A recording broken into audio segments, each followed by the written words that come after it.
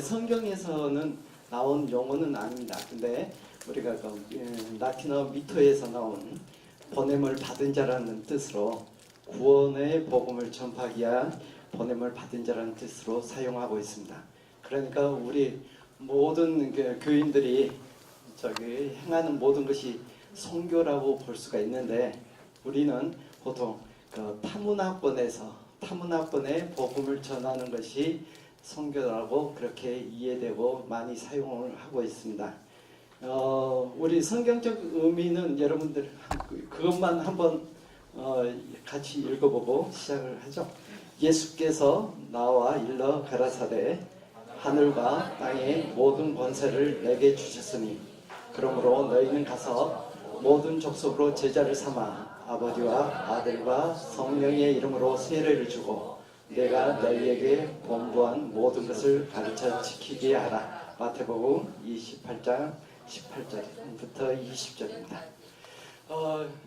그러니까 선교는 우리 교회의 바로 본분입니다. 그러니까 선교를 뺀 교회의 의무는 없다고 생각을 합니다. 그래서 그렇게 보고 우리 고신교단은 어떻게 선교를 하고 있는가 한번 살펴보기로 하겠습니다. 넘어가 주세요. 지금 우리 고신교단에서는 52개국에 총 262세대 498명이 선교사가 파송이 되고 있습니다. 세계 지금 분포도를 보시면은 세계에 안 간 곳이 지금 없습니다. 그것을 자세히 조금 선교사별로 분류를 해놨는데요. 목회자가 164명으로 76%를 차지하고 있고, 전문인 선교사가 13명으로 한 6%를 차지하고 있습니다.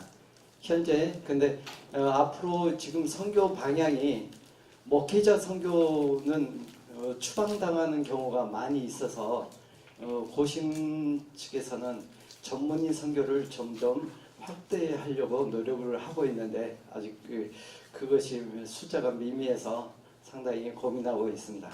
그리고 이제 자비랑 선교라든지 여러 가지 선교사별 분류가 있습니다. 선교사 사역 현황입니다. 교회 개척하는데 135명이 역시 가장 주안점이죠. 그리고 교육사역, 신학교 사역, 그리고 지도자 훈련 등에 많이 파송이 되어 있습니다.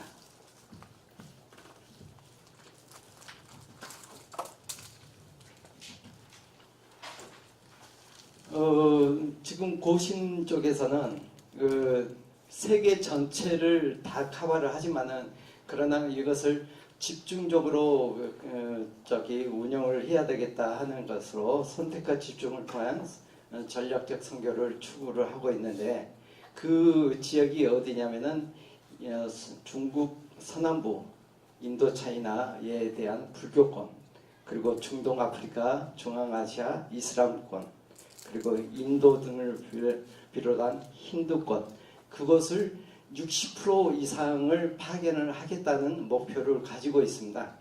근데 뒤에 한번 보시죠. 근데 지금 현재 현황은 중앙아시아의 12세대, 중동 북아프리카의 16세대, 인도차이나 중국 서남부가 81세대로 파송 비율은 44%밖에 안 되고 있습니다. 이제 앞으로 이 분야에서 점점 늘려가겠는데, 실제로 지금 중앙아시아하고 중동 쪽에 많은 세대가 별로 없습니다. 그래서 이제 이쪽이 앞으로 더 파견하고자 하는 우리 고신 측의 상황입니다. 그리고 우리 은광교회는 어떻게 하고 있는가 한번 보겠습니다. 우리 지금 현재 선교위원회에서 하고 있는 일을 잠깐 말씀드리겠습니다. 해외 선교가 있고, 국내 선교가 있고, 특수 선교가 있고, 문서 선교가 있습니다. 지금 해외 선교는 전체적으로 한 33명 후원하고 있고, 국내 선교는 지금 한 20군데 저기 미자립 교회를 후원하고 있습니다. 특수선교는 군인들을 세례 주는데 세례식에 저희들이 1년에 한 번 참석을 하고 있고, 장애원은 실로암 선교 있지 않습니까? 실로암 선교를 지원하고 있으면서 장애인 날에 장애인 주간에 저희들이 저기 같이 헌신 예배를 드리는 걸로 지금 섬기고 있습니다. 그리고 저기 형무소 선교를 하고 있는데 한 달에 2번 저희들이 가고 있고, 지금 정기 저기 총회 비슷하게 해가지고 하는 것이 1년에 2번 해서 저희들이 계속해서 섬기고 있습니다. 근데 이제 다른 부분은 저기 말씀을 안 드리고 해외 선교 부분을 조금 자세하게 말씀을 드리겠습니다. 해외 선교는 해외 선교사 지금 33명, 그리고 저희들이 선교 훈련을 1년에 한 번 이상을 꼭 하고 있습니다. BMTC나 PMTC. 그리고 저기 지금 곧 다음 주에 출발할 건데 단기 선교, 그리고 작년에 실시했던 선교 탐방이 작년에 처음으로 실시를 했습니다. 그리고 원래 분기에 한 번씩 하는 기도 선교사 기도의 형태로 해외 선교팀이 운영이 되고 있습니다. 해외 선교사에 대해서 조금 자세히 알아보면은 저희들이 선교사분을 3분류로 나누고 있습니다. 지금 주파송 선교사하고 선교기지, 그리고 일반 선교사, 그렇게 나누고 있는데, 주파송 선교사는 월 100만 원을 저희들이 후원을 하고 있습니다. 그것은 필리핀 지금 마닐라 은광교회가 한 군데 있고요.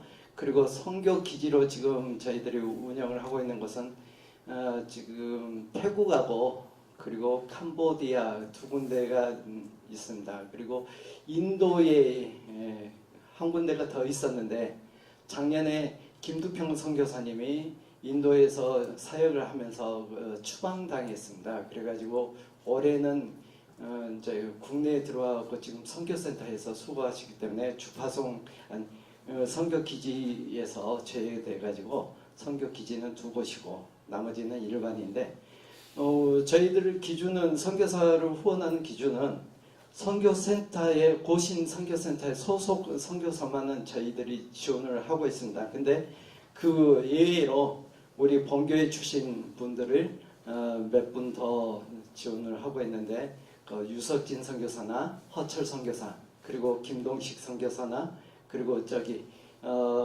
베트남의 이세영 선교사님을 저희들이 지원을 하고 있습니다. 그리고 저희들이 지금 몇 년 전에 약정한 것이 있습니다. 저희들이 이제 해외 선교 헌금으로 해서 지원을 하고 있는데, 개인이나 가정 아니면 셀을 해가지고 개인 선교사, 이렇게 선교사님과 이렇게 해서 1대1로 해가지고 지원하는 그런 약정이 했었는데, 지금 현재 25가정과 셀, 개인이 지금 운영이 되고 있습니다. 그래서 상당히 이건 보탬이 되고 있는데, 지금 우리 목표가 셀 전체적으로 100명 지원이 목표입니다. 그래서 지금 현재 33명 하고 있으니까 2020년까지 100명 되려면 상당히 많이 노력을 해야 되는 형태입니다. 그리고 저희들이 하고 있는 게 선교 훈련인데, 지금 이것은 고신 선교센터하고 연계돼서 하고 있습니다. 그래서 BMTC, PMTC 하고 있는, 저희들은 이제까지 했던 것이 2가지를 하고 있었습니다. 그래서 BMTC, PMTC 했는데 지금 한 10여 년 정도 계속 하고 있으니까 올해는 지금 저희들이 KMTC, BMTC나 PMTC를 수료했던 분 중에서 조금 원하시는 분들을 조금 강력하게 해서 KMTC를 해볼까 하는데, 이게 KMTC는 상당히 전문 훈련입니다. 그래서 이게 3주간 합숙을 해야 되는 그러한 훈련인데, 그래서 우리가 생업을 전부 다 놔두고 3주간 가기에는 조금 어려워서 지금 선교센터하고 저희들이 협의하는 과정에 우리 교회에서 어떻게 할 수 있는 방법을 지금 찾아보고 있는 중입니다. 그리고 그 다음 저희들이 단기 선교 이제 곧 출발을 하는데 단기 선교 탐방이 이제 저희들이 하고 있습니다.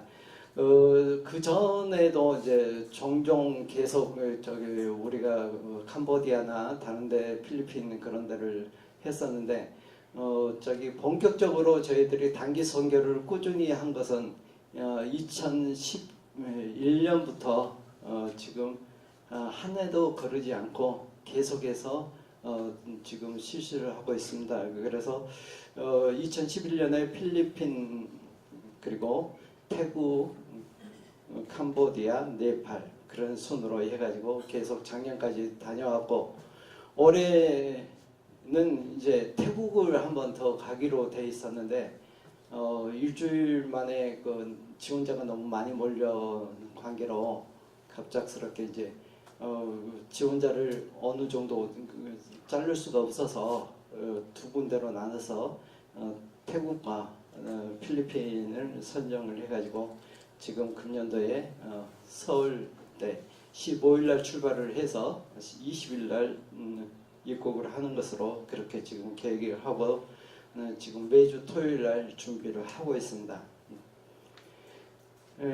그리고 선교 탐방이라고 이것은 작년에 이것은 고신 선교센터하고 주관을 해서 고신 선교센터에서 주관을 해가지고 중앙아시아 3개국을 탐방하는 그런 형태를 취했는데요. 저희들이 저희 교회에서는 5명이 참석을 했습니다. 근데 저희 교회에서 이것을 선교 탐방을 한번 추진을 해달라고 해가지고 이게 전국적으로 해가지고 모여가지고 한 10분 정도가 전국적으로 다녀온 걸로 알고 있습니다. 그래서 지금 이번에 선교 탐방을 이번에 단기 선교를 못 가신 분들을 상당히 아쉬워하는 분이 있어서 많아서 다시 그 고신 선교센터하고 협의를 해서 조금 선교 탐방 형태로 저희들을 한번 다녀올 수 있도록 그렇게 한번 노력을 해볼까 합니다.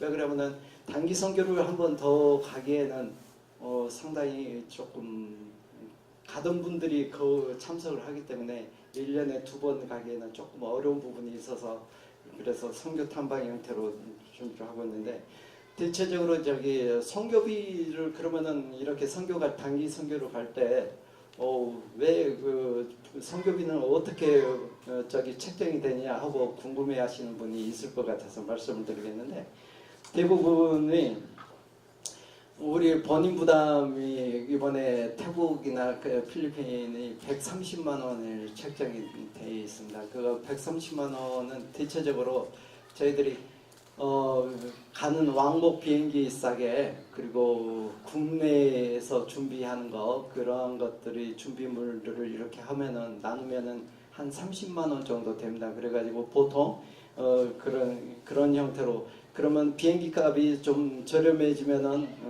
그 본인 부담이 약간 저렴해지고요. 그리고 특별 헌금이 보통 이 앞번에 하신 분들도 있겠지만 특별 헌금이 보통 하면은 700에서 800 정도가 나옵니다. 그것을 합해가지고 그걸 가지고 이제 선교를 하는데 그 네팔 같은 경우는 조금 부족해가지고 해외 선교 후원금에서 조금 더 지출을 했었습니다. 앞으로도 계속 이런 형태로 해서 저희들이 선교비를 책정을 할까 지금 생각 중이고 근데 이게 단기 선교가 지금 우리가 꾸준히 진행이 되고 있는데 저도 이게 단기 선교를 가면서 가기 전에 여러 가지 생각을 많이 했는데 저도 약간 단기 선교에 대한 회의를 많이 느꼈습니다. 사람들이 이야기하면은 단기 선교를 갈 돈으로 차라리 그것을 해외 선교사님 한 분을 그냥 몽땅 지원을 하는 것이 훨씬 더 효과적이지 않겠느냐. 왜 그러면은 저희들이 단기 선교 가는데 보통 한 3천에서 4천만 원이 들거든요. 그러면은 그것을 차라리 저그 필리핀이나 태국이나 그런 데 가면은 교회를 한나를 지을 수 있는 그런 정도의 돈인데 차라리 그렇게 지원을 하는 게 훨씬 효과적이지 않겠느냐, 여행이지 않겠느냐 하는 그런 생각을 많이 했습니다. 근데 가면서 느꼈던 것은 지금 계속해서 다니는데 느꼈던 것은 선교사님을 지원하는데 선교사님이 이렇게 해서 정말 실제적인 지원이 가능하다는 얘기입니다. 선교사님이 그 마을 사람들하고 접촉을 하려면 접촉하기가 상당히 힘들어요. 그런데 의료를 통해서 그 마을 사람들을 접촉할 수가 있고, 그리고 거기에 있는 기관 사람들이라든지 그 마을 유지들을 접촉을 할 수가 있습니다. 그러면은 그 의료 선교를 이렇게 하면은 그분들이 엄청 정말 고마워하고 앞으로 그 마을 행사 때 그 선교사님들을 꼭 초빙을 하고 그런 부분들이 생기더라고. 그래서 현지인들을 이렇게 만날 수 있는 기회를 제공을 해준다는 것에서 상당히 거기서 고무적이라고 생각을 합니다. 그리고 현지 교인들이 상당히 힘을 얻고 거기에 전도도 열심히 현지 교인들이 열심히 낼 수가 있고, 특히 저희들이 태국에 가고 카렌족을 한번 방문한 적이 있었는데 어떤 장로님이 우리가 간 뒤로 자기 땅을 기증을 하고 또 우리 갔던 일행 중에서 그 가족 회의를 해가지고 거기에 교회당을 짓는 그 전액을 또 헌금을 해가지고 거기가 개척교회가 그 마을에 교회가 생기는 그런 일도 생기는 것이 저희들이 봤습니다. 그리고 네팔에 갔을 때 이야기입니다. 네팔에 가서 신나라 선교사님을 만났는데 그분이 그 티벳에서 섬기고 있었습니다. 티벳에서 섬겼는데 상당히 오랫동안 티벳에서 애착을 갖고 사랑을 가지고 그분들을 섬겼는데 티벳에서 쫓겨난 거예요. 추방당했습니다. 추방당해가지고 할 수 없이 이제 네팔로 왔는데 티벳에 대한 사랑이 너무나 강해가지고 상당히 정말 거기에 대해서 회의적이고 내가 이게 네팔에 와서 무엇을 하고 있을까, 무엇을 할 수가 있을까 하고 고민하고 있는 중에 저희들이 참 방문을 해가지고 와서 본인들이 정말 본인들이 치유를 받았다 생각을 하고 힘을 얻었다고 정말 고마워하고 다시 선교 사역에 대해서 네팔에 대한 자기들의 임무에 대해서 다시 깨닫고 열심히 하시는 모습을 볼 때 참 뜻깊었다고 생각합니다. 그래서 이런 이득이 있구나 하는 생각을 가지고 있고, 개인적으로도 또한 보면은 하나님 사랑을 구체적으로 느낄 수 있는 기회가 됩니다. 그래서 우리가 여기서 있다가 보면은 정말 하나님이 나를 사랑하시는가 하는 것을 간단하게 그냥 자주 잊어먹고 사는데, 정말 거기서 하나님의 임재하심과 하나님의 사랑을 느낄 수 있는 그러한 것으로 확인할 수 있는 것이 좋고, 그리고 진짜 필리핀이나 저기 태국 같은 데, 네팔 같은 데를 가다 보면은 70년대의 모습들이 있습니다. 그 70년 우리나라의 70년대의 모습인데 정말 이제 요즘 어린아이들은 그런 것을 모르지만은 우리는 70년대부터 80년대를 다 겪었지 않습니까? 정말 이게 지금 현재의 우리나라의 모습은 하나님께서 특별한 은혜가 아니면은 주어지지 않는 거구나 하는 것을 느끼면서 정말 감사하는 그런 시간들을 많이 가졌습니다. 그래서 개인적으로도 그런 부분이 좋고, 그리고 선교사님에 대해서 우리가 거기를 가보지 않으면은 구체적으로 그분들을 이해를 하지 못하고 그러는데 거기를 방문함으로써 선교사님의 구체적인 어려움과 그리고 자기 기도 제목들을 우리가 확인할 수가 있어서 기도를 할 때 훨씬 현실적인 기도가 될 수 있다는 면에서 개인적으로도 상당히 도움이 된다고 생각을 합니다.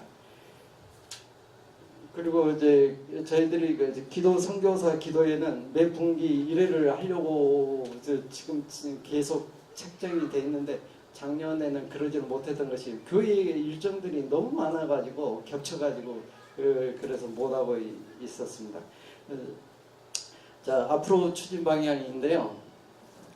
지금 저희들이 2020까지 되려면은 2020에서 100명이 선교사 후원을 하려면은 우리 헌금 가지고는 안 될 것입니다. 그래서 제가 생각하고 있는 것은 우리 세일 하나가 선교사님 한 분을 감당을 해주시면은 그것이 100명이었든 200명이든 감당이 되지 않겠느냐 하는 생각이고, 그리고 앞으로 이 지금 현재 우리 교회 전체에서 이렇게 단기 선교를 나가지만은 앞으로는 단기 선교가 셀 중심으로 해서 단기 선교를 다녀와야 되지 않겠느냐. 자기 선교 후원하는 선교사를 자기가 직접 방문을 해서 계속 교류하면서 계속 기도하고 그러면서 그렇게 하면은 훨씬 더 효과적이고 정말 우리가 선교사님을 실제적인 지원이 되지 않을까 그렇게 생각을 해서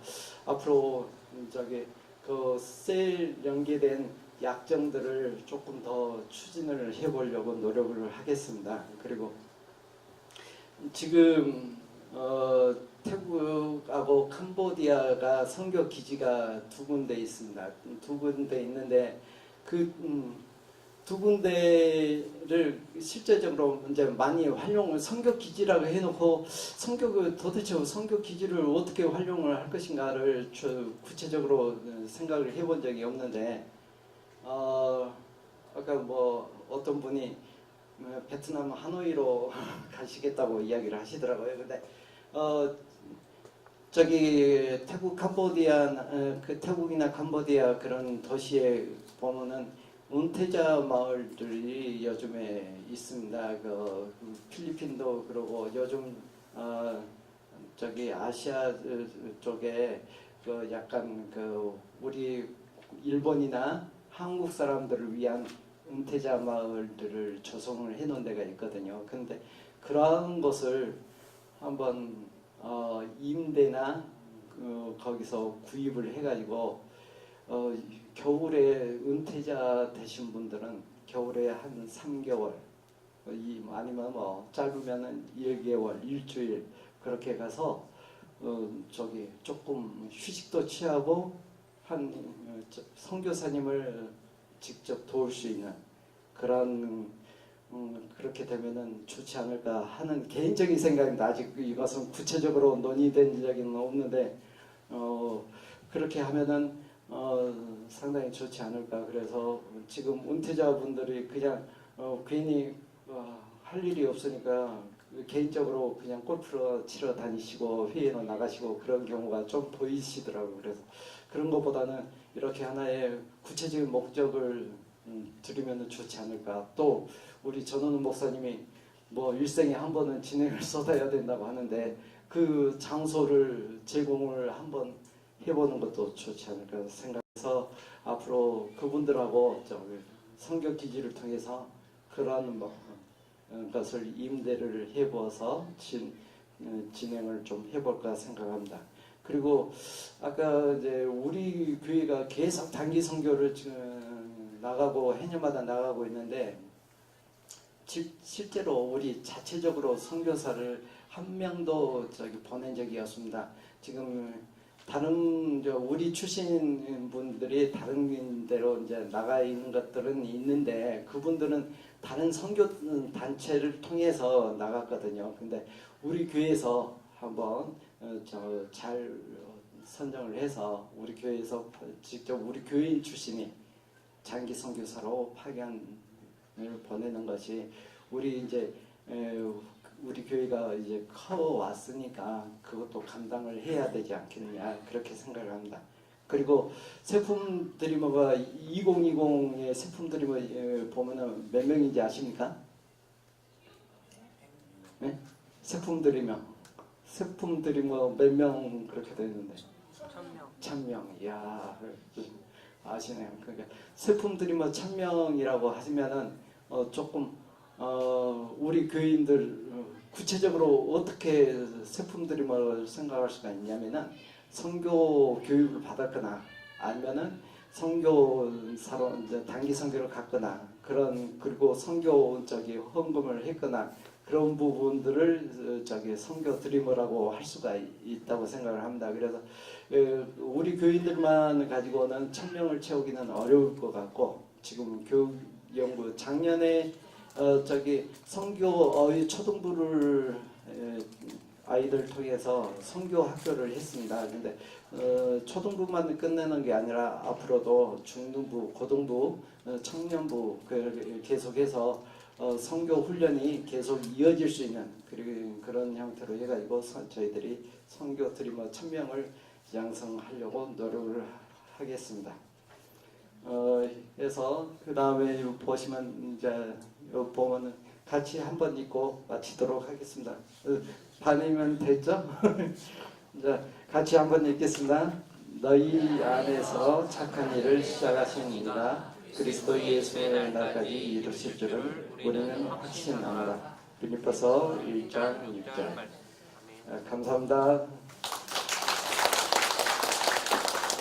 십계명에 대해서 가지고 있는 오해가 한 가지 있는데요. 그 오해는 십계명은 우리가 반드시 지켜야만 구원을 받는다라고 오해하시는 경우가 참 많이 있습니다. 근데 하나님께서 우리에게 십계명을 주신 것은 우리가 하나님의 백성이 되기 위한 조건으로 십계명을 주신 것이 아닙니다.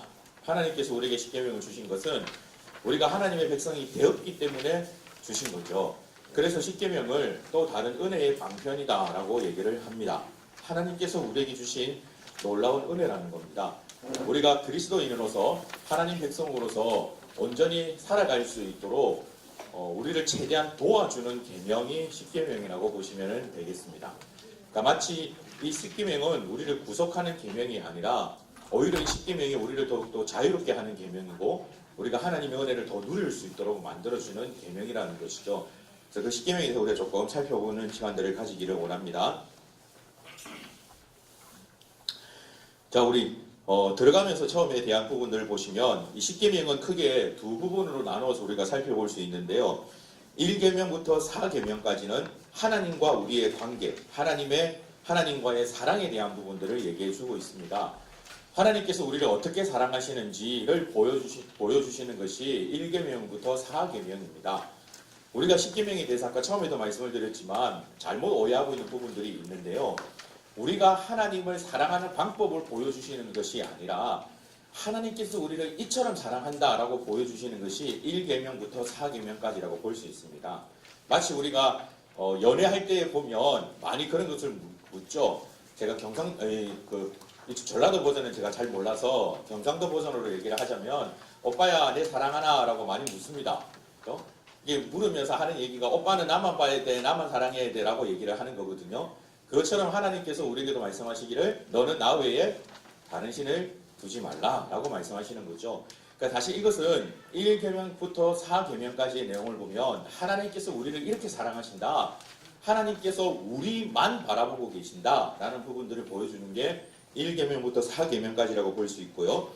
5계명부터 10계명까지는 인간과의 관계, 특히 이웃에 대한 사랑을 말씀하고 있습니다. 우리가 하나님의 자녀로서 하나님의 백성으로서 어떻게 살아야 되는지에 대한 부분들을 보여주는 것이죠. 하나님은 사랑이기 때문에 우리가 하나님을 믿는 그리스도인이라면 우리도 당연히 사랑하는 자가 되어야 합니다. 그 내용을 어떻게 하면 우리가 보다 더 잘 사랑할 수 있는지에 대한 부분들을 보여주는 것이 십계명의 두 번째 부분이다라고 볼 수 있습니다. 그래서 우리는 이 십계명을 통해서 하나님을 올바로 알고 하나님을 온전히 예배하며 하나님께서 원하시는 올바른 사랑을 할 수 있는 그러한 계명이다라고 보시면 좋을 것 같습니다. 본론의 부분을 살펴보시면 십계명에는 세 가지의 특권을 우리가 살펴볼 수가 있는데요. 첫째는 하나님의 보호하심을 입는다라는 겁니다. 하나님께서 내가 너의 하나님이 되어주겠다라고 말씀하시는 거죠. 내가 너를 지키고 보호할 것이다 라고 말씀하는 것이 십계명 서문에 기록이 되어 있습니다. 둘째는 하나님 안에 있는 모든 것이 그의 자녀된 자임을 말씀하고 있습니다. 이거는 특권뿐만 아니라 의무라고도 볼 수 있는데요. 우리가 하나님의 자녀이기 때문에 사실 십계명은 우리가 정말 지키기 어려운 계명이 아니라 우리에게 자연스러운 계명이 되어야만 합니다. 수영 선수는 물 안에 들어가면 자유롭다라고 그러죠. 마찬가지로 그리스도인은 하나님의 계명 안에 있으면 자유로운 자입니다. 내가 하나님의 계명 안에 있는 것이 너무나도 어렵고 힘들다라는 것이 느껴진다면 내가 지금 영적으로 뭔가 잘못되어져 가고 있구나라는 부분들을 여러분 살펴보아야만 합니다. 사실 부부의 관계에서도 이러한 부분들을 많이 발견할 수 있는데요. 우리 부부의 관계가 너무나도 자연스럽고 평안하고 보면 볼수록 사랑스럽고 너무나 같이 있고 싶다. 뭐 지극히 당연한 부분이겠죠. 그런데 어떠한 배우자가 잘못을 저지렀다든지 실수를 했다든지 그렇게 되면 그때부터는 그 부부의 관계가 보면 볼수록 평안한 관계가 아니라 불안합니다. 그렇죠? 뭔지 마음에 좀 캥기는 것이 있고 제대로 바라보기가 힘들고 같이 있고 싶은 마음이 없어지고 이런 생각들이 드는 거죠. 하나님과 우리의 관계도 비슷하다라고 보시면 되겠습니다. 그래서 우리가 십계명을 온전히 지키는 것에 이것을 지키려고 어떻게 보면 노력하는 것보다 우리가 하나님과 우리의 관계가 지극히 자연스러워지면 사실 십계명이라는 계명 자체가 우리에게 너무나도 자연스러운 계명이 되어질 수 있습니다. 마지막 세 번째는 전적으로 이 십계명에 대한 의무가 있는데요. 이 의무는 세 가지로 나눠볼 수 있습니다. 전적으로 계명을 지키는 것, 둘째는 전적으로 하나님께만 소망을 두는 것, 셋째는 전적으로 순종해야 된다라는 것을 우리가 살펴볼 수 있습니다. 이 십계명에 대한 우리의 의무라는 것이죠. 우리가 하나님의 존재를 믿고 신뢰하며 하나님의 말씀을 우리가 지킨다라는 것은 하나님께서 우리에게 주신 이 십계명 자체도 우리가 신뢰하며 그 법대로 그 말씀대로 살아가야 된다는 것을 의미합니다. 사실 초대교회 때부터 시작해서 교회 초창기 때는 이 십계명에 대한 교육을 가장 중요하게 여겼습니다. 종교개혁 때에도 십계명에 대해서 교육하는 것을 한두 번의 교육으로 그치는 것이 아니라 수년에 걸쳐서 십계명이 과연 어떠한 계명이다라는 부분들을 명확하게 참 많은 부분들을 교육에 할애를 많이 했었습니다. 그만큼 이게 우리가 그리스도인으로서 나의 자존감, 나의 존재, 나의 어떤 정체성을 지키는데 가장 중요한 계명이라고 볼 수 있고요.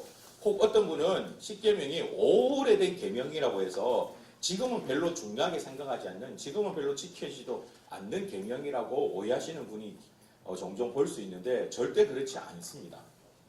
십계명은 지금도 우리 안에서 유효한 계명이고 정말 우리가 십계명의 참된 의미를 살펴보면 살펴볼수록 그 속에 담겨있는 하나님의 놀라운 은혜를 더 많이 누릴 수가 있습니다.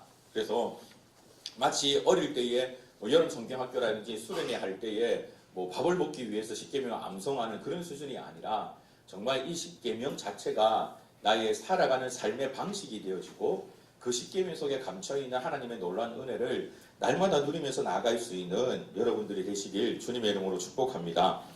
자, 이 10가지 계명을 우리 하나씩 조금만 살펴보도록 할 텐데요. 먼저 첫 번째 계명 같이 한번 읽어볼까요? 함께 읽어봅시다. 시작. 1계명을 사실 우리 아이들에게도 가르치면요. 야, 목사님 그건 지극히 당연한 것이지 않습니까? 라고 얘기를 합니다. 하나님 믿으니까 여기 있죠.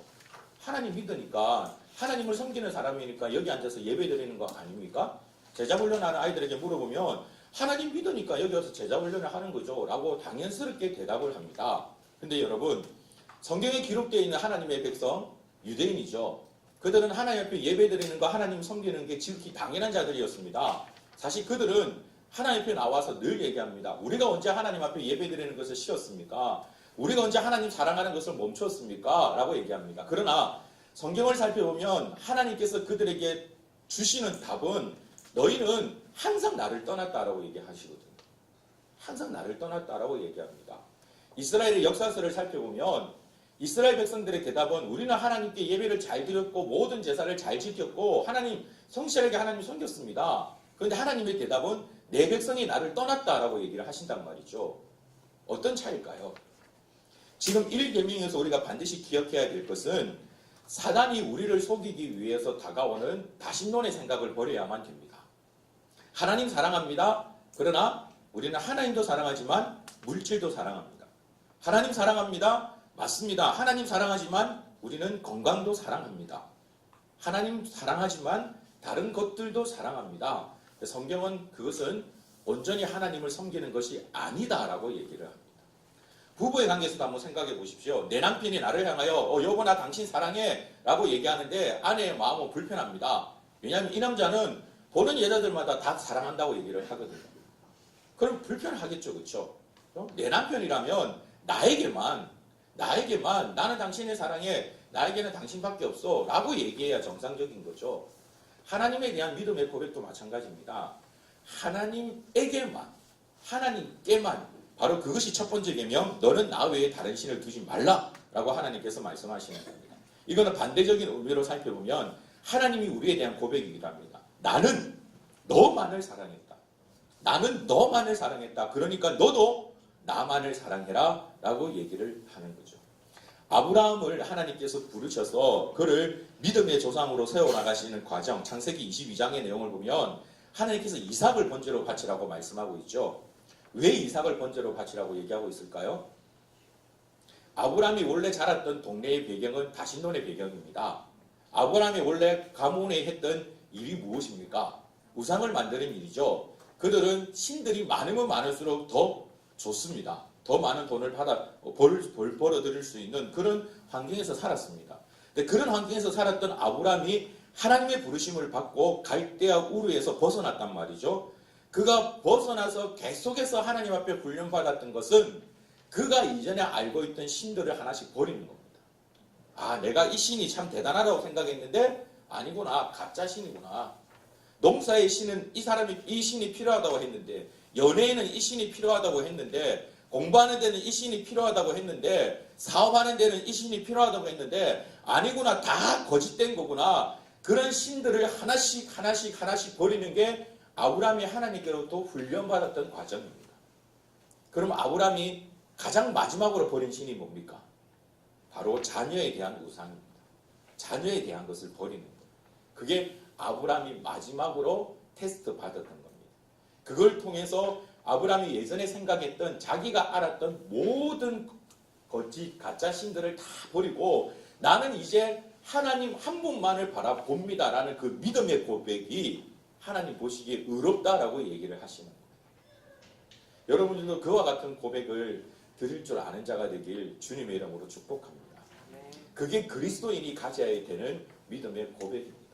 그래서 혹시 주변에 어떤 여러분 지인들이 여러분을 향해서 너는 왜 그렇게 골수주의냐? 왜 그렇게 하나님밖에 모르냐? 왜 그렇게 이기적이냐? 라고 얘기를 한다면 그 얘기를 듣는다면 반대로 나는 지금 신앙생활을 잘하고 있는 겁니다. 교회를 가서 하나님 믿어야 되는데 너 절에 가서 열심히 해도 괜찮아. 그래도 잘 살 수 있어. 천주교 가서 그렇게 해도 괜찮아. 잘 살 수 있어. 뭐 복음식 잘 살면 되지. 착하게 잘 살면 되지. 싸게 살아가면 되지. 라고 그 얘기를 듣는다면 아니 그런 얘기를 가지고 계신다면 그거는 심각한 문제라는 것을 여러분 생각하셔야만 됩니다. 그것은 우리에게 절대 있을 수 없는 일입니다. 지금 아마 지금도 방영 중에 있는 영화인지는 모르겠습니다. 신과 함께라는 영화가 있죠. 예, 저도 그 영화를 봤는데 그 영화를 보면서 저는 개인적으로 그렇게 생각을 했습니다. 야, 이거 부모에 대한 사랑 그리고 죄에 대한 대가 이런 것 가지고 조금 얘기할 수 있는 메시지적인 부분들은 있겠다라고 저는 생각하면서 봤어요. 그런데 그 내용을 옆에서 보고 있던 저희 막내가 계속 불편해하는 거예요. 계속 불편해하는 거예요. 그런데 나중에 하는 얘기가 아빠 저거는 다 가짜잖아요. 거짓말이잖아요. 왜 저런 게 있어야 돼요? 왜 저런 게 필요해요? 라고 얘기를 하는 거예요. 근데 그 아이의 그 얘기를 들으면서 제가 정신이 번쩍 들었습니다. 아 맞구나. 이 아이가 정말 제대로 지금 신앙생활을 하고 있구나. 하나님만을 바라보고 하나님만을 사랑하고 있고 하나님께서 말씀하신 것만을 알고 있으니까 다른 것들이 어색해 보이는 거죠. 근데 그게 우리가 갖고 있는 믿음의 고백이 돼야 됩니다. 하나님도 우리에게 너무 자연스럽고 다른 것도 우리에게 너무 자연스럽다. 그럼 우리는 1계명에서부터 지금 어기고 있는 거예요. 하나님 외에 다른 것들이 우리에게 불편한 존재가 돼야 합니다. 저도 아버지가 한 분 계시거든요. 그 아버지에게 제가 가서 아버지라고 얘기하는 것은 참 너무나도 자연스럽죠. 최근에는 제가 아버지를 뵐 때마다 농담조로 제가 던지는 얘기가 있습니다. 아버지 좀 제발 수금 좀 많이 하셔가 카니발 사십시오. 그럼 제 차하고 바꿔드릴게요. 얘기하거든요. 저희 애들이 점점 덩치들이 커가니까 지금 제 차가 좀 작아요. 그래서 농담처럼 막 그런 얘기를 합니다. 제 아버지니까 가능한 거죠. 그쵸? 근데 제가 지나다니는 아무 아저씨 보고 막 그런 얘기를 한다면 이상한 놈 아닙니까? 이상하죠? 그게 만약에 너무 자연스럽다. 정말 이상한 거죠. 내 아버지에게만 그걸 얘기하는 게 자연스러운 겁니다. 내 아버지에게만. 여러분, 하나님께만 기도하고 하나님만 의지하고 하나님을 사랑하는 게 우리에게 너무나도 자연스럽고, 하나님 외에 그 어떠한 것을 내가 의지하고 싶은 마음이 드는 순간 내 마음이 너무나도 불편하고 불안한 존재가 되기를 주님의 이름으로 축복합니다. 그게 1계명을 지키시는 겁니다. 자, 2계명 같이 한번 읽어볼까요? 시작.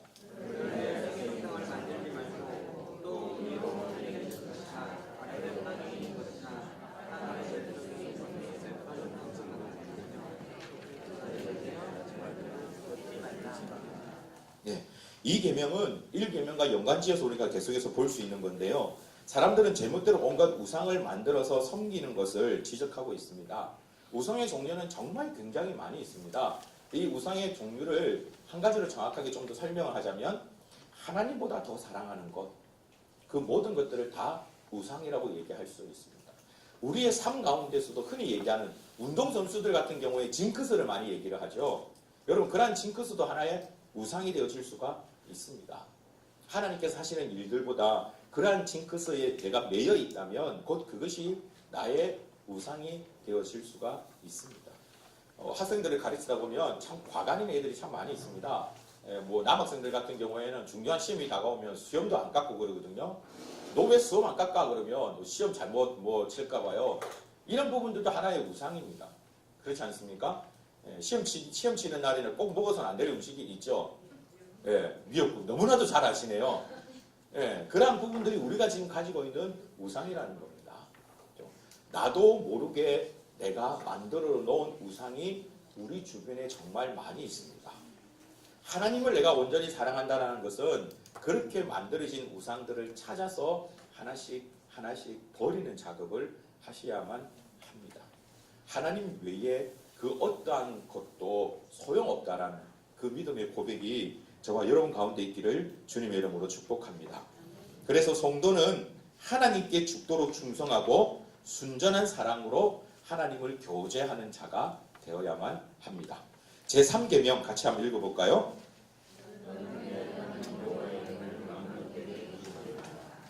내 하나님 여호와 이름을 망령되게 부르지 말라. 여러분들이 세 번째 계명을 어떻게 이해하십니까? 사실 저는 개인적으로 1번부터 4번 계명 가운데 가장 지키기 어려운 계명 가운데 하나가 이 3번이라고 생각을 합니다. 우리는 그리스도의 편지입니다. 세상은 우리를 보면서 누구를 판단할까요? 그리스도를 판단합니다. 세상은 우리의 모습들을 바라보면서 하나님이 어떠한 분인가를 배웁니다. 우리가 하나님의 이름을 망령되이 일컫지 말라라는 것은 곧 우리가 살아가는 삶 속에서 태도, 여러 가지 행동, 말 이런 부분에서 조심해야 된다라는 내용을 얘기를 하고 있습니다. 왜냐하면 곧 세상에서는 우리가 하나님과 같은 존재이거든요. 하나님께서 모세를 바로에게 보냈을 때 성경은 그렇게 얘기합니다. 모세가 바로 앞에서 마치 신과 같았다라고 얘기합니다. 하나님께 세상을 우리에게 보내신 목적이 바로 거기에 있습니다. 우리를 하나님의 대리자로 보냈습니다. 우리를 하나님의 대리자로 이 땅에 보내신 거예요. 여러분들이 살아가는 직장에서, 여러분들이 근무하는 직장, 학원, 학교, 가정, 그 어떤 모든 곳에서 우리는 그리스도 여호와 하나님의 대리자입니다. 세상 사람들은 우리의 모습을 보면서 하나님을 판단한다는 거예요. 그래서 여호와의 이름을 망령되이 부르지 말라는 것은 가장 먼저 내 안에 행동, 말, 실수가 있는지를 가장 세밀하게 살펴볼 줄 아는 자가 되어야 합니다. 학생들의 급분 가운데 학생들이 가장 싫어하는 급분이 이게 있다고 그럽니다. 엄마가 보고 있다. 엄마가 보고 있다. 그 말인즉 엄마가 보고 있으니까 딴짓하지 말고 열심히 공부해라라는 거죠. 그렇죠? 근데 우리의 생활 신조는 하나님이 보고 계신다가 되어야 합니다. 하나님이 보고 계시기 때문에 내가 살아가는 삶들 가운데서 온전하게 올바르게 살아가기 위해서 애쓰는 자가 되어야 한다는 것이죠. 세 번째 계명은 그와 같은 부분들을 얘기를 하고 있습니다. 자, 네 번째 계명 같이 한번 읽어보겠습니다. 시작. 안식일을 기억하여 거룩하게 지켜라 라고 얘기합니다. 왜 하나님께서 안식일을 기억해라라고 말씀하고 계실까요? 안식일이 우리에게 주는 의미는 무엇입니까? 예, 쉼이죠. 쉼인데 사실 여기 이제 중직자로 세워질 분들은 안식일이 그다지 쉼이 되지 않습니다. 오히려 안식일이 더 힘들 수도 있습니다. 피곤할 수도 있습니다. 교회에서 열심히신 분일수록 월요병이 더 심하다고 그러잖아요. 정말 주일날 열심히 섬기고 돌아가면 너무너무나 피곤한데 월요일부터 또다시 시작을 해야 하니까. 그래서 안식일은 쉼이기 때문에 나는 정말 쉬고 싶다라고 사역들을 내려놓으시는 분들도 종종 뵙곤 합니다. 근데 사실 안식일은요, 우리 자신의 모습을 다시 한 번 더 되돌아보는 날입니다. 안식일은 내가 어떠한 존재인지 나의 본질을 찾아가는 시간입니다. 하나님이 아니면 나는 살아갈 수 없는 자이구나 라는 사실을 깨닫는 시간이 안식일입니다. 어제도 저희 고등부 임원 수련하면서 그런 일이 있었는데요. 한 아이가 정말 최신형 스마트폰을 갖고 있었습니다. 아무 쓸모가 없었어요. 왜냐하면 배터리가 바닥이 났기 때문에 그렇습니다. 충전기도 못 가져왔어요. 그러니까 배터리가 나가버리니까 아무리 최신형 휴대폰이라도 아무 소용이 없는 거예요. 정말 뭐 어디에도 쓸 수 없는 별 볼 일 없는 존재가 돼버리는 거죠. 마치 우리의 인생과 똑같은 겁니다. 내가 아무리 대단하다 할지라도 하나님이 없이는 나는 아무 소용이 없는 존재이구나 라는 사실을 깨닫는 날이 바로 안식일입니다. 사실 우리는 아직 해결하지 못한 재성이 있기 때문에 본질적으로 하나님 앞에 가까이 나가기보단 하나님을 떠나는, 하나님과 멀어지는 그런 습성들을 갖고 있습니다. 그런 우리의 습성들을 알고 계시기에 하나님께서는 사실 안식일뿐만 아니라 여러 가지들을 기념하라고 우리에게 가르칩니다. 구약 성경을 읽어보면 하나님께 행하신 여러 가지 많은 이적들 다음에는 꼭 하나님께서 그날을 기념하라라고 얘기를 합니다. 요단강을 건너가고 난 다음에 여호수아는 돌을 세워서 그날을 기념했습니다. 왜 그랬습니까? 그걸 바라볼 때마다 나에게 은혜를 베풀어 주신 하나님을 기억하라는 것이죠. 하나님을 기억하는 것, 바로 그것이 우리에게 있어서 가장 중요한 문제요. 어떠한 문제를 해결할 수 있는 가장 중요한 핵심 키워드가 되어질 수 있습니다. 그래서 안식일은 하나님을 기억하는 시간입니다. 안식일은 내가 하나님 앞에 나의 존재를 다시금 깨닫는 시간입니다. 하나님으로 말미암아 힘을 얻는 시간, 하나님으로 말미암아 새롭게 되어지는 시간, 바로 그 시간이 안식일입니다. 여러분, 이 온전한 안식일, 이 주일 성수를 통해서 하나님께서 우리에게 주시기를 원하시는 그 놀라운 축복을 날마다 누리면서 나아갈 수 있는 여러분들이 될 수 있기를 주님의 이름으로 축복합니다. 아멘. 매주가 기다려지고 하나님 앞에 내가 예배드리는 그 시간이 너무나도 행복하고 오늘도 하나님께서 나에게 어떠한 말씀을 주실까 그 설렘이 있는 행복한 성도가 되시길 주님의 이름으로 축복합니다. 이제부터 살펴볼 5계명부터 10계명까지는 이웃을 향한 사랑입니다. 우리가 이웃을 사랑해야 되는 이유는 첫째가 우리는 하나님의 형상으로 만들어졌기 때문입니다.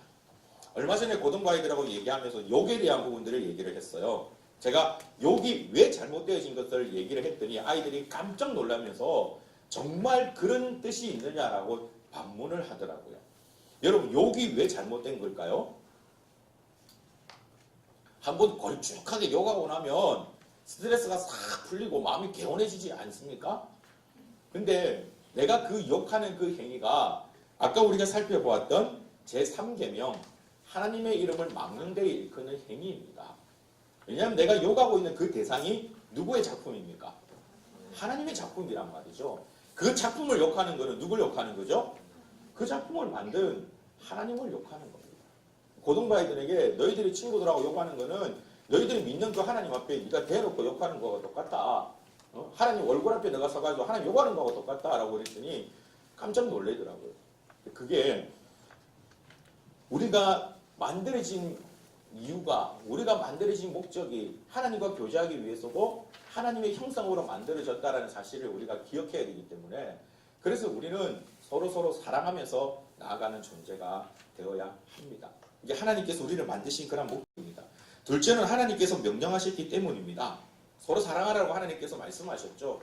하나님 말씀하셨으니까 지극히 우리는 그 말씀에 순종하는 자가 되어야 할 줄 믿습니다. 어떻게 우리가 이웃을 사랑할 수 있을까? 5계명에서는 무엇을 말씀하고 있습니까? 같이 한번 읽어보겠습니다. 내 부모를 공경하라 라고 얘기하고 있습니다. 부모에 대한 공경이죠. 말과 행실로 부모를 공경할 수 있는 자가 되어야 합니다. 부모에게 내가 공경하지 못하는데 어찌 내가 하나님 앞에 순종할 수 있겠습니까? 사실 이 부분은 유교적인 어떤 정신이나 이런 것들을 뛰어넘어서 하나님께서 우리에게 하시고 계시는 명령입니다. 그러므로 내가 정말 내 부모를 온전히 공경하고 있는지, 부모의 말씀에 제대로 순종하고 있는지 이 부분에 대해서 다시 한 번 더 돌아볼 수 있는 자들이 되기를 바라고요. 부모를 우리가 공경하면 하나님께서는 우리에게 복 주신다라고 말씀하시죠. 재산의 복이나 건강의 복이나 자녀의 복을 받는다라고 말씀하고 계십니다. 그래서 나의 부모를 돌아볼 줄 아는 자, 그리고 내가 부모를 공경하는 그 모습을 우리 자녀들도 보고 배울 수 있는 그런 자들이 될 수 있기를 주님의 이름으로 축복합니다. 자, 제6계명 같이 읽어보겠습니다. 네, 살인하지 말라라는 이 계명에 대해서는 많은 분들이 자유를 누립니다. 나는 지금까지 살인을 안 했습니다 라는 것이죠. 다른 계명들은 내가 잘 모르겠는데 이 6계명만큼은 아직까지는 철저히 지켰습니다 라고 얘기하시는 분들이 많이 계십니다. 여기 살인하지 말라라고 번역되어 있는 히브리 원어를 살펴보면 산산조각이 되도록 부순다라는 의미를 갖고 있습니다. 산산조각이 되도록 부순다. 무엇을 부수는 걸까요? 마음을 부수는 것을 의미합니다.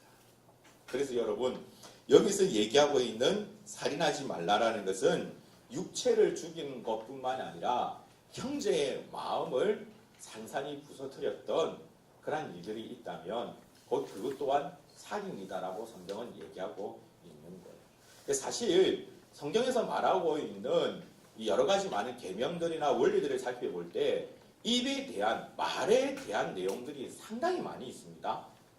상당히 많이 있습니다. 왜 상당히 많이 있냐면 하나님께서 우리를 하나님의 형상대로 지으셨다라고 말씀하고 있죠. 우리는 하나님의 성품이 녹아 있고 하나님의 이미지가 녹아 있습니다. 하나님의 능력이 우리 안에 녹아 있습니다. 곧 우리에게는 말의 능력이 있습니다. 말의 권세가 있습니다. 하나님께서 우리에게 주신 거예요. 세상 어떤 피조물도 갖지 못한 유일한 사람이 갖고 있는 권세 가운데 한 가지가 말의 권세가 있습니다. 그래서 말 한마디로 사람을 죽일 수도 있고요, 살릴 수도 있는 권세가 우리에게 있습니다. 그렇기 때문에 그 큰 권세를 주셨기 때문에 그 권세를 잘 사용할 수 있도록, 잘못 사용하지 않도록 성경은 여러 가지 부분들에 대해서, 말에 대해서 경고하고 또 견면하고 있다는 사실을 잘 생각해야만 합니다. 그래서 분노, 증오, 뭐 여러 가지 부분들, 마음에 이런 악한 생각들을 쏟아놓는 일들을 즐기시지 않기를 바랍니다. 정말 그렇게 하시기를 바랍니다. 네. 예전에 한번 어떤 글을 보니까 대한민국에 살아가는 아줌마들이 가장 행복한 시간이 남편 출근하고 난 다음 옆집에 있을 때라 그러더라고요. 네. 남편 출근하고 난 다음 옆집에 가면, 저는 안 가봐서 뭘 하는지는 모르겠지만 그 시간이 그렇게 행복하다라고 그러더라고요. 성경적인 관점으로 볼 때 결코 유익이 되어지는 시간은 아닙니다. 유익이 되어지는 시간은 아닙니다. 오히려 그러한 부정적인 이야기, 말들을 내 마음에 담고 내 입에 내뱉는 것보다는 반대로 축복의 메시지들을 더 많이 내뱉을 수 있는 그런 자들이 되기를 주님의 이름으로 축복합니다. 자, 7계명 같이 한번 읽어볼까요?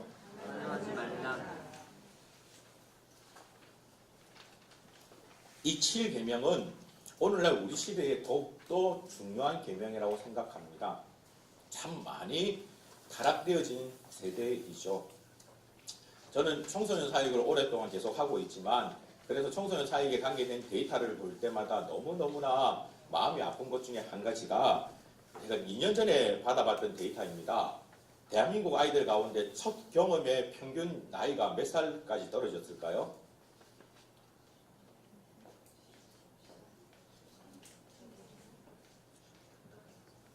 몇 살까지로 떨어졌을까요?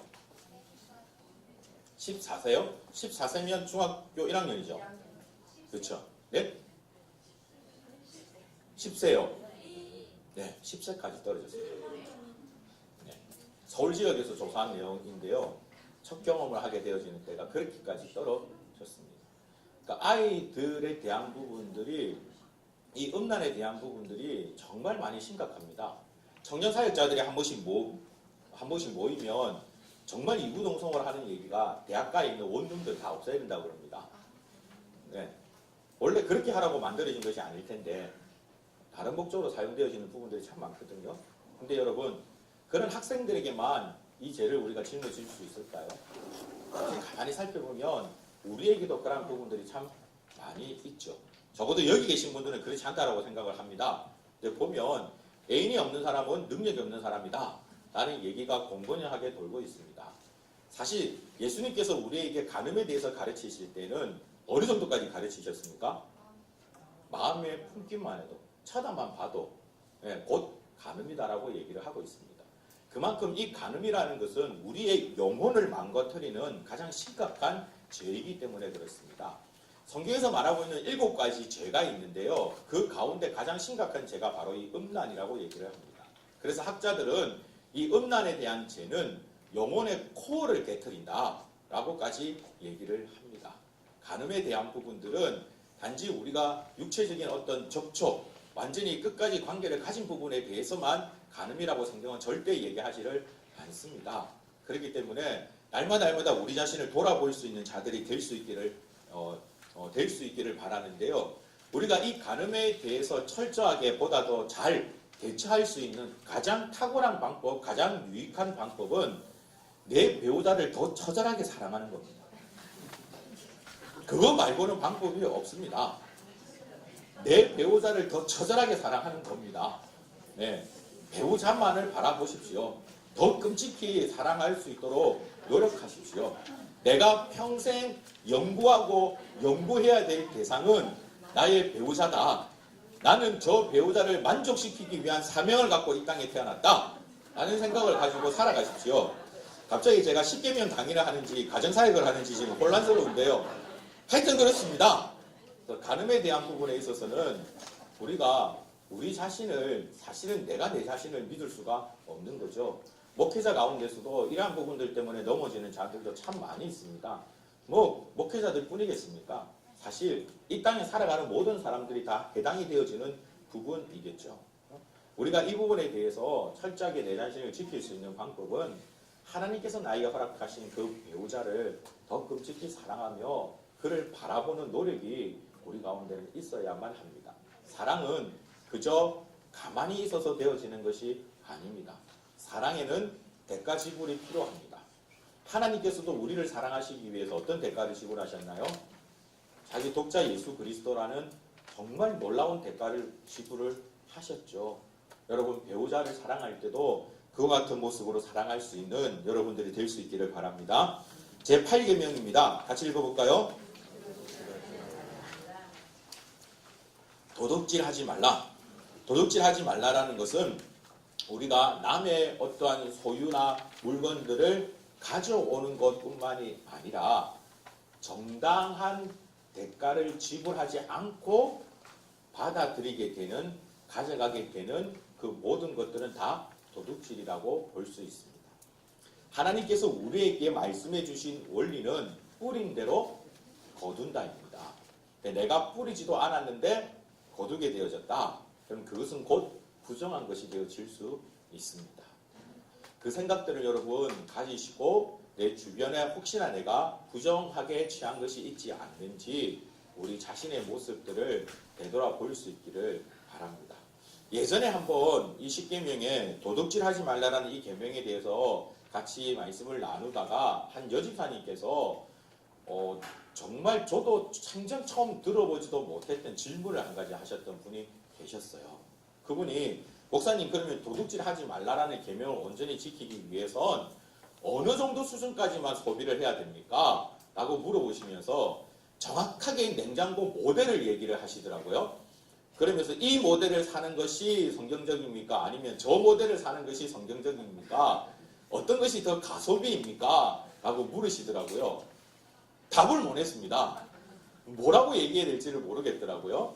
그래서 거기에서 그 그룹에서 그 질문을 다시 던졌어요. 어떻게 해야 되겠습니까? 라고 했더니 정말 많은 얘기들이 나오더라고요. 정말 재밌는 이야기들이 참 많이 나왔는데, 내가 하나님 앞에 부끄럽지 않을, 내가 하나님 앞에 부담스럽지 않을 선에서 살아가는 것이 가장 올바른 일이지 않는가라는 생각이 듭니다.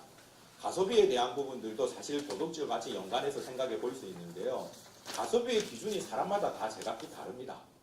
제각기 다 다릅니다. 그렇죠? 저와 저희 고등부에 서건이라는 애가 있는데, 정말 걔는 바람 불면 진짜 날아갈 것 같거든요. 예, 남자인데 몸무게가 50kg가 채 되지를 않습니다. 예, 그 몸무게를 밝히니까 저희 아들이 옆에서 듣다가 한 얘기, 내 초등학교 4학년 몸무게인데 그러더라고요. 근데 그런 애가 있습니다. 그 둘이 앉아서 밥을 먹는데 똑같은 양을 먹는다고 해서 누가 많이 먹는다 적게 먹는다 할 수 있을까요? 예, 저는 상대적으로 유지비가 많이 들어갑니다. 적어도 걔보다는 많이 먹어야 되겠죠. 그러니까 사실 가소비에 대한 부분들은 누가 맞다 안 맞다라고 객관적인 기준으로 되어서 얘기할 수 있는 부분이 아닙니다. 이거는 내가 하나님 앞에서 내가 정말 물질의 노예가 되어서 살아가고 있는지, 아니면 내가 충분히 하나님 나라를 위해서 내가 섬기면서 또한 필요에 의해서 사용하고 있는지에 대한 부분들을 다시 한 번 더 방문해 볼 수 있었으면 좋을 것 같고요. 또 한 가지의 답은, 하나님께서 우리에게 허락하신 물질은 사실 분명한 목적이 있습니다. 하나님 나라를 위해서, 하나님을 위해서 사용하는 것이죠. 그래서 그런 목적에 합하게 쓰이고 있다면 충분히 좋은 것이라고 생각을 합니다. 그런 부분들을 한번 좀 점검해 보시면 좋겠습니다. 자, 제9계명 같이 한번 읽어보겠습니다. 거짓 증거라는 것은 온갖 중상, 비방, 위증, 과장, 곡해, 꾸민 말, 거짓 맹세 등을 얘기를 하고 있습니다. 사실 우리가 살아가고 있는 세상은 가짜 투성이죠.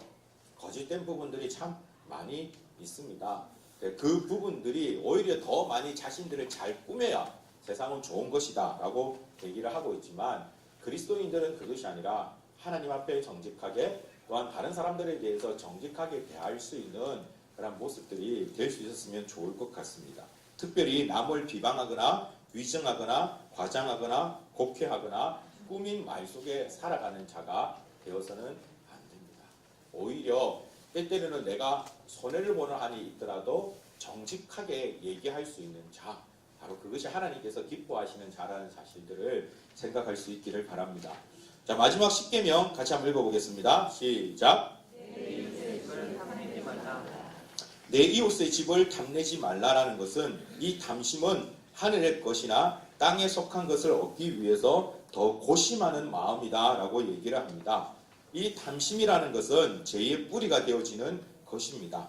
우리가 이 계명을 지키는 방법은 믿음으로서, 그리고 무엇이 더욱더 중요하고 더 가치 있는 것인지를 정확하게 구별하게 되어지면 우리는 이 계명에서 벗어나서 온전히 지키는 자가 되어질 수 있습니다. 사실 여러분, 그리스도인들은 정말 지혜로운 자입니다. 그리스도인들은 가장 최고의 가치를 아는 자입니다.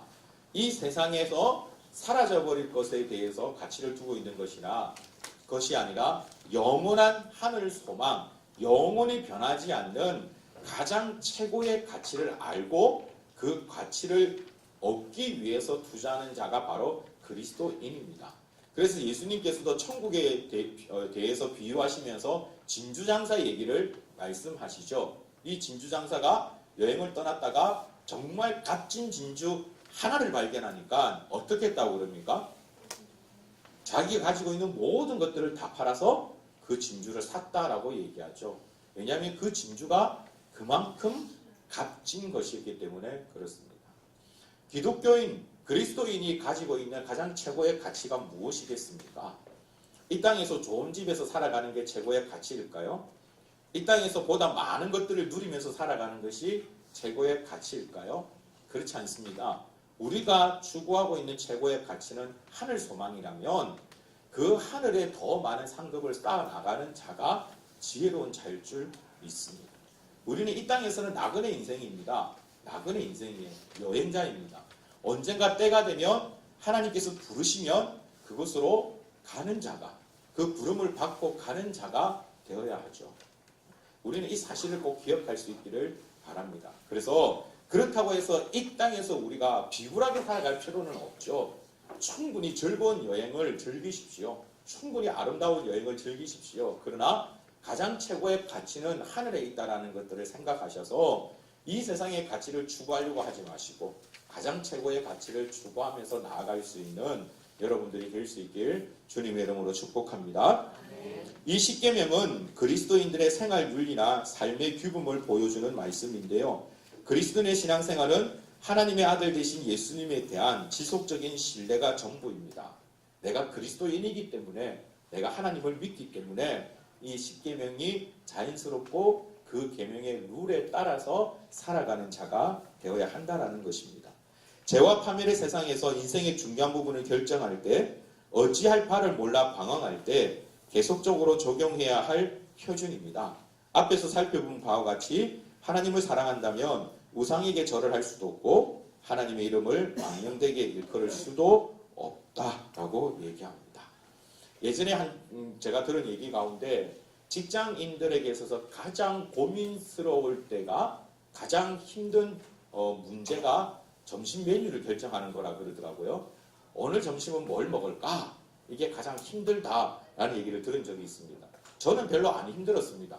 주는 대로 먹어야 되거든요. 지금 우리도 식스에서 주는 대로 저는 먹어야 되기 때문에 메뉴에 대해서 고민할 필요는 전혀 없습니다. 근데 이 직장인들은 오늘은 뭘 먹을까? 이걸 고민하는 게, 선택하는 게 가장 고민스럽다 그러더라고요. 근데 그 고민에서 벗어난 사람이 한 명이 있습니다. 어떤 사람일까요? 직장인인데 매일마다 점심때 메뉴를 선택해야 되는데 그 고민에서 완전히 벗어난 사람이 한 명 있습니다. 어떤 사람일까요?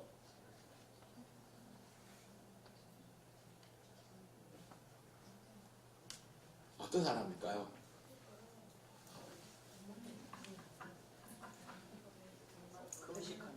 네? 아, 막내요? 아니요, 막내도 사람인데 욕망이 아니겠습니까? 아, 오늘은 저거 먹고 싶은데 이 생각이 안 들까요? 그게 전혀 초월한 사람이 있다니까요.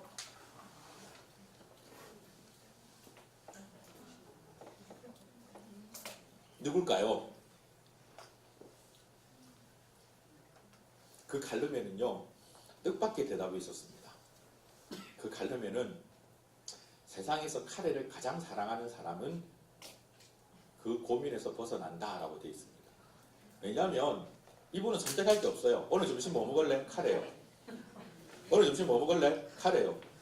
이 사람은 1년 365일 카레만 먹어도 괜찮답니다. 하루 3끼 카레 먹어도 전혀 문제가 없답니다. 카레가 세상에서 제일 맛있답니다. 그래서 다른 직장 동료들은 오늘은 된장찌개 먹을까? 된장찌개 먹으려니까 김치찌개가 섭섭해 보이고, 김치찌개를 먹으려니까 된장찌개가 조금 눈에 걸리고 막 고민하는데, 이 친구는 전혀 그렇게 고민할 필요가 없다라는 거예요. 나는 카레 그걸로 끝이라는 거예요. 근데 사실 신앙생활이 이와 같습니다. 우리가 이 땅에 살아가는 동안 정말 많은 문제들을 접하게 되죠. 참 많은 어려운 문제들이 우리 앞에 놓여 있습니다. 때때로는 참 결정하기 힘든 문제들이 우리 가운데 있습니다. 그런데 그런 여러 가지 많은 문제들 가운데 내가 이 문제에 대한 답을 선택할 수 있는 명확한 기준이 있다면 그 문제를 풀어나갈 때 쉽지 않겠습니까? 수월하지 않겠습니까? 그 명확한 기준이 바로 주 여호와 하나님이 되기를 주님의 이름으로 축복합니다. 그 명확한 기준이 오늘 우리가 간략하게나마 살펴보았던 이 십계명이 될 수 있기를 바랍니다. 그렇게 되어진다면 우리 가운데는 이 문제에 대한 답들, 우리 앞에 놓여있는 문제의 답들을 보다 더 쉽게 찾아 나갈 수 있습니다. 제가 청소년 아이들을 가르치면서 참 잊혀지지 않는, 기억에 남는 아이들이 몇몇의 아이가 있는데요. 그 중에 한 아이가 있습니다. 이 아이는 불신자 가정에서 나오는 아이였습니다. 그 집에 아무도 교회를 안 다니는데 이 친구 혼자만 유일하게 교회를 다니는 친구였습니다. 게다가 그 친구에는 오빠가 한 명이 있었는데 이 오빠는 동네에서 꽤 알아주는 주목이었습니다. 근데 이 오빠는 어떤 이유 때문에 그런지는 모르지만 교회를 아주 안 좋게 생각하는 사람이어서 자기 여동생이 교회 다닌다는 얘기를 알고 난 뒤부터는 늘 여동생을 많이 때렸던 그런 사람이에요. 그래서 얘는 어느 날 교회 올 때 보면 온전한 모습으로 교회 오는 경우가 잘 없어요. 화장이 좀 진하다 싶으면 어딘가 맞아서 멍이 든 거예요. 그렇게 교회를 오는 아이였는데 이 친구가 어느 날 수련회를 너무너무나 가고 싶은데 수련회를 가기 위해서는 누구의 허락이 필요할까요? 네, 오빠보단 부모님의 허락이 먼저 필요하죠. 왜냐하면 며칠을 집을 못 들어가니까요. 그래서 저에게 와서 이렇게 얘기하더라고요. 목사님, 제가 정말 이번 수련회 때 가고 싶은데 수련회 때 친구 집에 잔다고 좀 얘기를 하고 싶은데 해도 되냐고 물어보더라고요. 거짓말이잖아요. 그래서 제가 그 아이에게 이 십계명에 대한 계명을 얘기하면서 성경은 그래도 부모에게 공경하라고 했다. 목사님, 제가 부모의 말씀에 순종하면 저 이번에 수련회 못 가요. 갈 수 없어요. 근데 내가 너한테 가르쳐 줄 수 있는 것은 성경에 있는 것을 가르쳐 주지 목사가 나한테 거짓말이라고 시킬 수 있겠냐? 성경은 그렇게 되어 있다. 그러니 부모의 말씀에 순종해라. 순종하고 우리 같이 기도하자. 순종함으로 같이 기도하자. 하나님께서 어떻게 길을 열어주실지 우리는 모르는 거 아니냐. 순종함으로 같이 기도하자. 이 친구가 자기 나름대로 플랜을 다 짜놓은 거예요. 친구들하고 입을 다 맞춰가지고 완벽한 플랜을 세워 놓았는데 그걸 다 포기하고 아빠 엄마한테 가서 언제 수련회가 있는데 좀 보내달라 하고 얘기를 했어요. 결과가 어땠을까요? 보내주셨을까요? 보내주셨을까요? 정말요? 아니요. 그 아이 표현으로는 비 오는 날에 먼지 나듯이 맞고 한 대 더 맞았답니다. 정신이 있느냐 없느냐 이러면서 맞았답니다. 예, 어때요? 방법이 없잖아요. 얘가 입이 이렇게 나가지고 저보고 얘기를 하더라고요. 목사님 말씀대로 순종했는데 안 되던데요? 라고 얘기를 해요. 근데 너 정말 순종했냐? 예! 정말 정직하게 가서 아버지 엄마한테 얘기했어요. 그래 정말 많이 맞았어요. 너 근데 기도는 했냐? 아니요 이러더라고요. 아 그거 하나 빠졌잖아. 기도해. 그래서 같이 기도를 했어요. 같이 기도를 했어요. 아버지 어머니께는 정확하게 그 날짜에 대해서 다 이야기를 드렸고 수련회를 보내달라 했는데 거절당했고 많이 맞았고 그 날짜는 다가오고 있는데 자기는 이제 하나님 의지하면서 이제 기도하기 시작한 거예요. 말씀대로 부모 말씀에 순종해야 되는데 부모님이 안 보내주니까 나 수련회 못 갑니다. 하나님 갈 수 있도록 해주세요. 갈 수 있도록 해주세요. 어떻게 됐을까요?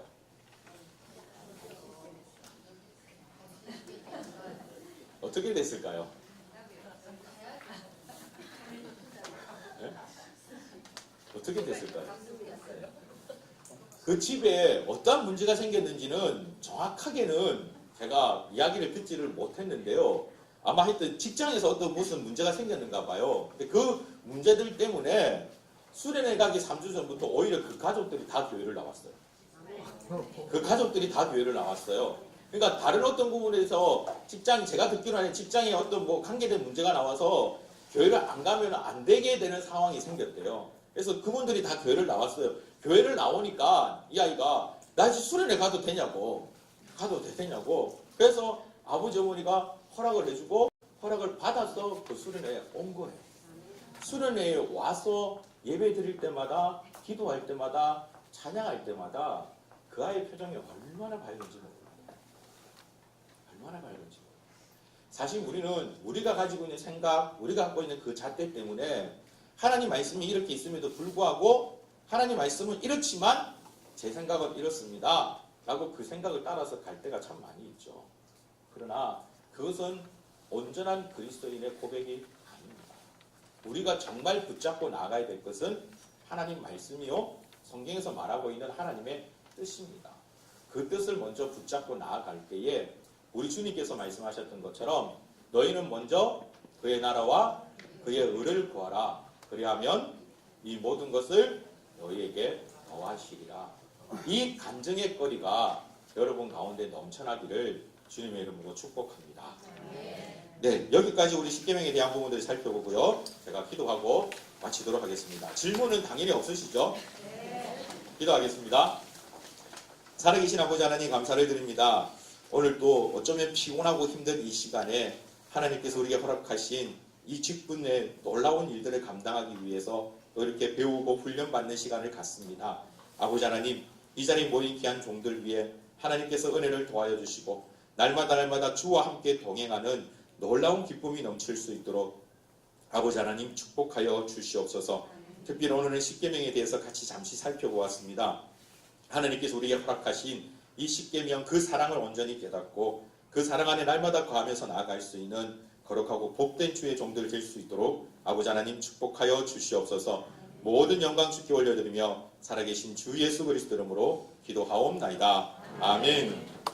수고하셨습니다.